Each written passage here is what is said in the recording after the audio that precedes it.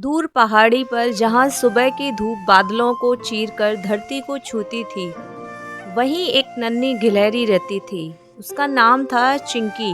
चिंकी बहुत मेहनती थी और उसे एक अनोखी आदत थी। वे हर दिन अपने अनुभवों को बीजों के रूप में जमा करती थी। लेकिन ये साधारण बीज नहीं थे। जब भी उसे कोई खुशी मिलती, वह एक मीठा बीज जमा करती। जब कोई उसे दुख देता, वह एक कड़वा बीज रख लेती। और जब वह कोई गलती करती, तो एक भारी सख्त बीज अपने संग्रह में जोड़ देती। धीरे धीरे उसका छोटा सा टोकरा बीजों से भरने लगा। शुरुआत में चिंकी को गर्व होता था।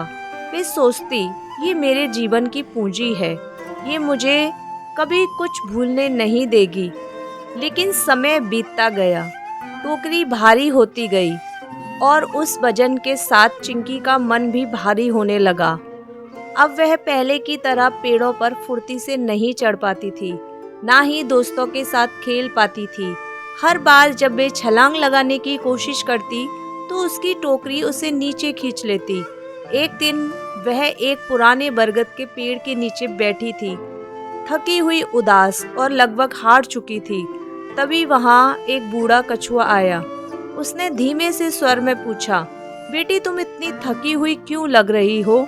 चिंकी ने अपनी टोकरी दिखाई और बोली, ये मेरे जीवन के अनुभव हैं। मैंने हर पल को संभाल के रखा है ताकि मैं कुछ भूल ना पाऊं।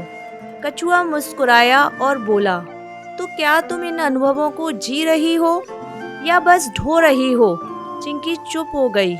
कछुए ने एक बीज उठाया जो कड़वा था और बोला, इसे जमीन में बो दो।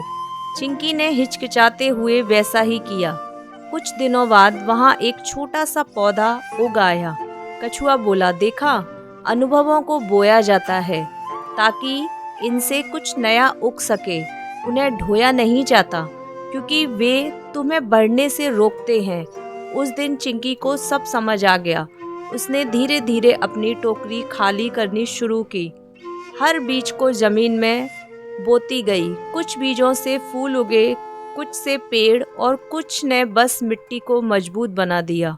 अब चिंकी के पास कोई भारी टोकरी नहीं थी, लेकिन उसके आसपास एक खूबसूरत बगीचा था, उसके अपने अनुभवों का।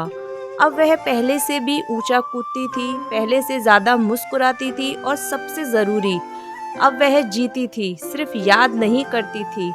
तो फ्रेंड्स, आज की इस स्टोरी से हमको ये सीख मिलती है, ज़िंदगी के अनुभवों को संभाल के रखना ज़रूरी है, लेकिन उन्हें दिल और दिमाग पर बोझ बनाकर ढोना नहीं।